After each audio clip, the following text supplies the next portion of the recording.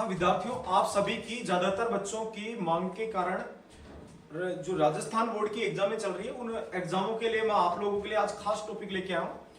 और जो चैप्टर है कई बच्चों का जो बायोलॉजी का क्लियर नहीं होता, जैव प्रक्रम चैप्टर पे बात करेंगे। और इस चैप्टर को मैं 3 वीडियो में डालूंगा कंप्लीट। आज जहां से मेरे को लगता है महत्वपूर्ण कंसेप्ट वहां से बात करूंगा, मेन कंसेप्ट इसके डालूंगा। पर ये चैप्टर लगभग 8 नंबर का जो चैप्टर है आपका 100% क्लियर हो जाएगा। 3 पार्टों में इस वीडियो को डालने वाला हूं। अब आज के कंसेप्ट में मैं ज्यादा बड़ी बात नहीं करूंगा, आज का टॉपिक सिर्फ ब्लड पे बात करूंगा, ठीक है। आज समय का अभाव है मेरे पास में और इस वजह से मैं ब्लड के कंसेप्ट पे बात करूंगा। फिर बाकी जो भी आपका पाचन है, श्वसन है, उत्सर्जन तंत्र है, मानव हार्ट है, पौधों में प्रकाश संश्लेषण है, पादपों का उत्सर्जन है, उन सब के बारे में मैं अगले 2 वीडियो में डाल के बता दूंगा कंप्लीट। पर फिलहाल आप लोग बने रहे मेरे साथ और आज की क्लास को काफी अच्छी बनाने के लिए आप लोग सपोर्ट करेंगे और ज्यादा से ज्यादा बच्चों को आप लोग शेयर करेंगे। यदि आप लोगों का सपोर्ट अच्छा है तो ध्यान रखना अगली क्लास में मैं बहुत ही अच्छे से डालूंगा और लगभग आपके बहुत कम समय में आगे जो साइंस की एग्जाम की जो छुट्टियां पड़ेगी उनमें आपका पूरा लगभग कोर्स मैं शॉर्ट में इतना डाल दूंगा कि काफी अच्छे नंबर प्राप्त कर लेंगे आप लास्ट टाइम पर। लेकिन इसके लिए बस शर्त यह है कि आप अधिक से अधिक वीडियो को शेयर करेंगे, ठीक है। फिलहाल बने रहे मेरे साथ में। आज के कंसेप्ट में बात करते हैं ब्लड के बारे में, रक्त के बारे में, ठीक है। और ये सिर्फ राजस्थान बोर्ड क्लास के आधार पर बताया जा रहा है, इसलिए कंपटीशन के या प्रतियोगी परीक्षाओं के जो बच्चे हैं उन्हें कहना चाहूंगा कि ज्यादा मैं लेवल पर बातें नहीं करने वाला। यहाँ सिर्फ और सिर्फ मैं बोर्ड क्लासों के बच्चों के ध्यान रखना उनके लिए कंटेंट लेके आया हूं। और ब्लड के बारे में बात कर रहे हैं, आज के कंसेप्ट में बड़े ध्यान से समझेंगे।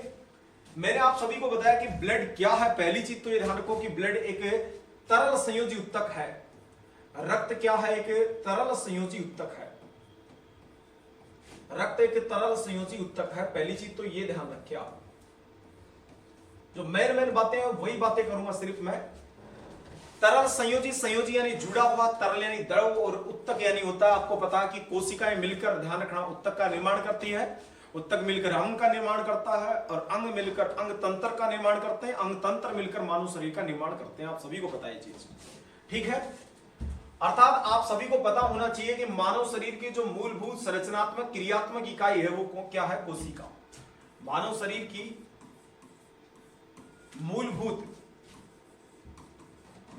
की जो मूलभूत संरचनात्मक व क्रियात्मक इकाई क्या है भाई? कोशिका।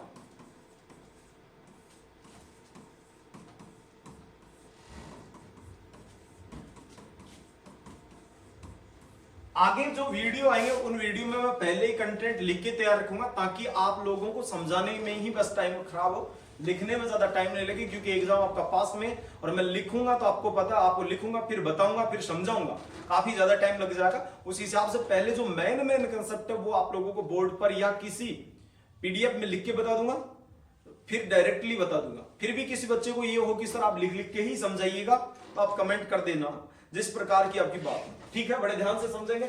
मानव शरीर की मूलभूत संरचनात्मक और क्रियात्मक इकाई क्या है? कोशिका, ठीक है। तो रक्त क्या है? तो मैंने बताया रक्त एक तरल संयोजी उत्तक है, ठीक है। जो रक्त का रंग लाल होता है, रक्त का रंग लाल क्यों होता है? तो रक्त का रंग लाल, इसका प्रमुख कारण आपको ध्यान रखना है। रक्त का रंग लाल क्यों होता है? लाल होता है, ठीक है। और लाल होने के कारण देखो पीछे, यदि एग्जाम आपसे पूछे कि रक्त का रंग लाल किस वर्णक के कारण होता है, तो वर्णक में तो आपका आंसर आएगा, ध्यान रखना, हीमोग्लोबिन। क्या आंसर रहेगा? Haemoglobin, HB, haemoglobin. और यदि आपसे पूछ लिया जाए कणिका, क्या पूछ ले? कणिका, तो कणिका आप ध्यान रखेंगे RBC, लाल रुधिर कणिका। और यदि मान लीजिए आप लोगों से तत्व पूछ ले तो ध्यान रखना, तत्व में ध्यान रखना आप लोगों को आयरन ध्यान रख ले, या मान लीजिए फेरिक ध्यान रख ले, Fe+2 जो ऑप्शन में आपको दे दे।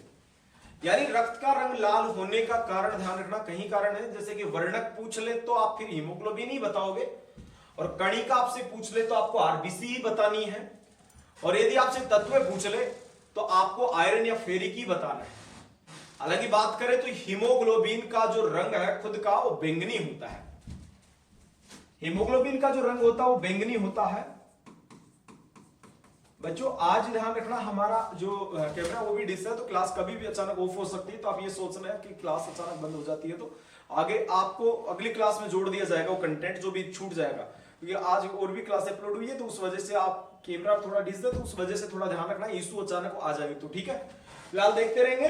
रक्त एक तरल संयोजी उत्तक है। मानव शरीर की मूलभूत संरचनात्मक क्रियात्मक इकाई के बारे में बात करें तो कोशिका है। ये हमने ऐसे ही बात करी है बस सिर्फ, क्योंकि यहाँ उत्तक की बात थी। उत्तक क्या होते, तो कोशिका मिलकर उत्तक का निर्माण करते हैं और उत्तक मिलकर अंग का निर्माण करते हैं, अंग मिलकर अंग तंत्र बनाते हैं और अंग तंत्र मिलकर किसका निर्माण करते हैं, मानव शरीर का निर्माण करते हैं, इसलिए बात करिए।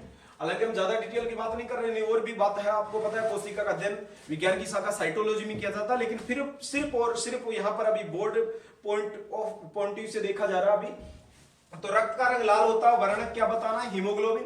हीमोग्लोबिन का खुद का रंग बैंगनी है, और यहाँ जो लाल रंग है कणिका पूछे आपसे तो आरबीसी, और आपको तत्व पूछ ले तो तत्व आपको बताना है आयरन। आयरन या फेरिक Fe+2 ऑप्शन में दे दे प्रश्न, तो इसलिए मेरे को ज्यादा लिखना पड़ेगा। दूसरी बात यहां से एक और मैं साथ बता देता हूं, जो हीमोग्लोबिन है ये एक श्वसन वर्णक है। हीमोग्लोबिन पे बात करें, फिलहाल एग्जाम को देखते हुए मैं हर प्रकार की बातें करूंगा। हीमोग्लोबिन एक श्वसन वर्णक है, श्वसन वर्णक है। यदि आपसे पूछ ले कि श्वसन वर्णक क्या है, तो हीमोग्लोबिन एक श्वसन वर्णक है। और हीमोग्लोबिन में बात करें अपन, हीमोग्लोबिन एक श्वसन वर्णक है, लेकिन आपसे पूछ ले कि हीमोग्लोबिन का अट्रैक्शन किस गैस से है। हीमोग्लोबिन का जो अट्रैक्शन है वो कार्बन मोनोऑक्साइड गैस से ज्यादा है, CO से। कार्बन मोनोऑक्साइड को साइलेंट किलर गैस भी कहा जाता है, चुपचाप मारने वाली गैस के नाम से जाना जाता है। तो ध्यान रखना, यहां पर हीमोग्लोबिन का जो अट्रैक्शन है वो कार्बन मोनोऑक्साइड से ज्यादा है, ठीक है।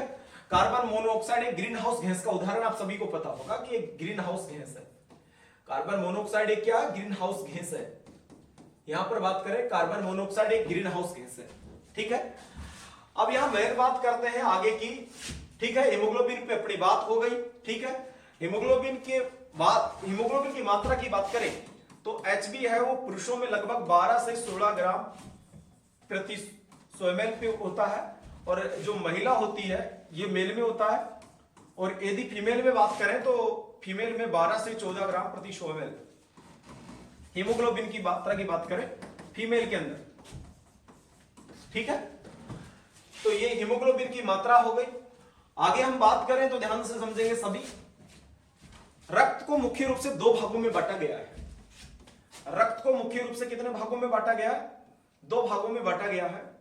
एक आपको पता है प्लाज्मा और दूसरा कणिका। एक प्लाज्मा और दूसरा कणिका, ठीक है। कणिका या कार्पल्स बोल सकते हैं। ब्लड के अंदर ध्यान रखना सबसे ज्यादा भाग कौन सा होता है, तो आपको प्लाज्मा बताना है।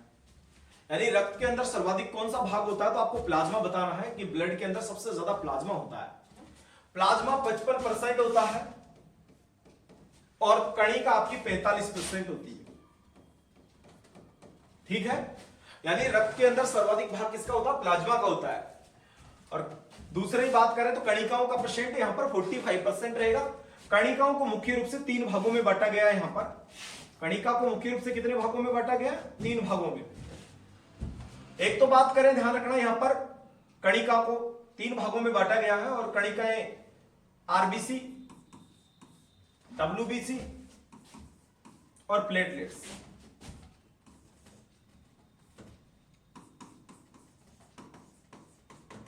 प्लेटलेट्स बिंबाणु बोलते हैं इसको। आरबीसी की बात करें, इन तीनों कणिका में सबसे ज्यादा जो कणिका होती है आरबीसी होती है। आरबीसी 99% होती है, बाकी ये दोनों मिलकर ही ध्यान रखना 1% होती है। ब्लड के अंदर आरबीसी 99% होती है, लेकिन डब्ल्यूबीसी और प्लेटलेट्स की बात करें तो दोनों मिलकर ही 1% होती है टोटल। प्लाज्मा ध्यान रखना ब्लड में कितना होता है, 55%। यानी रक्त में सर्वाधिक भाग किसका होता है, तो प्लाज्मा का होता है। हालांकि इस वर्ल्ड, इस दुनिया में बात करें तो प्लाज्मा सबसे ज्यादा होता है, 95% प्लाज्मा है इस वर्ल्ड के अंदर। लेकिन सिर्फ यहां पर बात ब्लड के अंदर चल रही है, और ब्लड के अंदर जो प्लाज्मा है वो कितना परसेंट है, 55% है। कणिका कितनी है, 45% है। और कणिका को मुख्य रूप से कितने भागों में बांटा गया, तो 3 भागों में बांटा गया। एक तो आरबीसी, डब्ल्यूबीसी दूसरा, और तीसरा है यहां पर प्लेटलेट्स।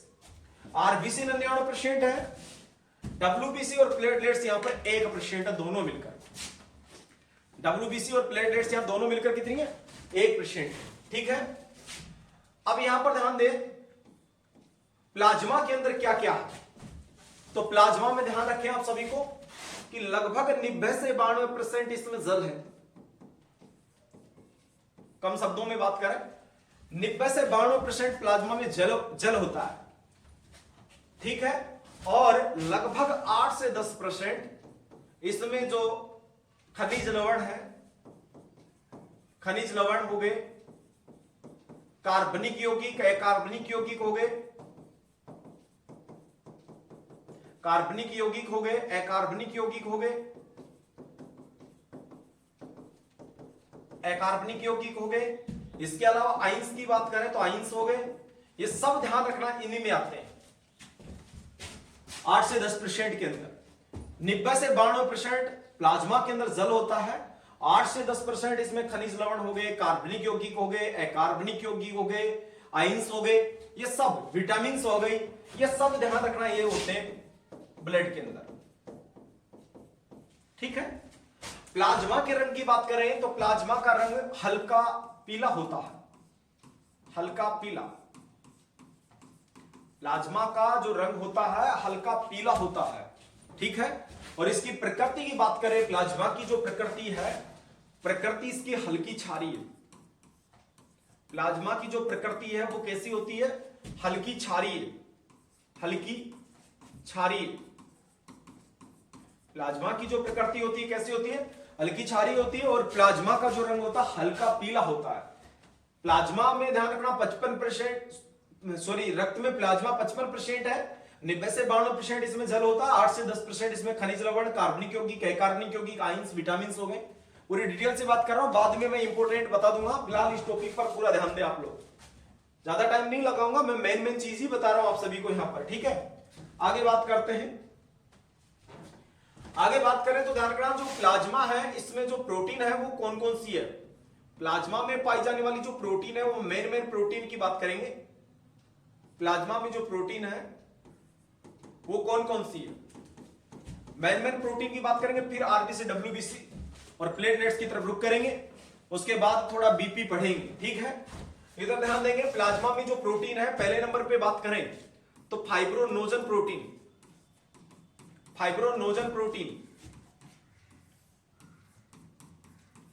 दूसरे नंबर पे बात करें तो प्रोथ्रोम्बिन, प्रोथ्रोम्बिन, और तीसरे नंबर पे बात करें तो एल्बुमिन। चौथे नंबर पे बात करें तो ध्यान रखना ग्लूकोलिन। ये प्लाज्मा में प्रोटीन पाई जाती है, जो महत्वपूर्ण प्रोटीन है, प्लाज्मा में पाई जाने वाली महत्वपूर्ण प्रोटीन है। फाइब्रोनोजन प्रोटीन रक्त का थक्का बनाने में सहायक होती है, रक्त का थक्का बनाने में सहायक होती है। रक्त का थक्का बनाने में क्या है? सहायक। दूसरी बात करें, फाइब्रोनोजन प्रोटीन रक्त का थक्का बनाने में ज्यादा एक्टिव है। यहां पर प्रोथ्रोम्बिन भी यही काम करेगी, रक्त का थक्का बनाने में सहायक है। और रक्त का थक्का बनाने में और क्या सहायक है तो मैं बात करूं, यदि विटामिन में बात करें, हालांकि आएगा नहीं, थोड़ा सा देख लीजिए। विटामिन के भी रक्त का थक्का बनाती है। कणिका की बात करें तो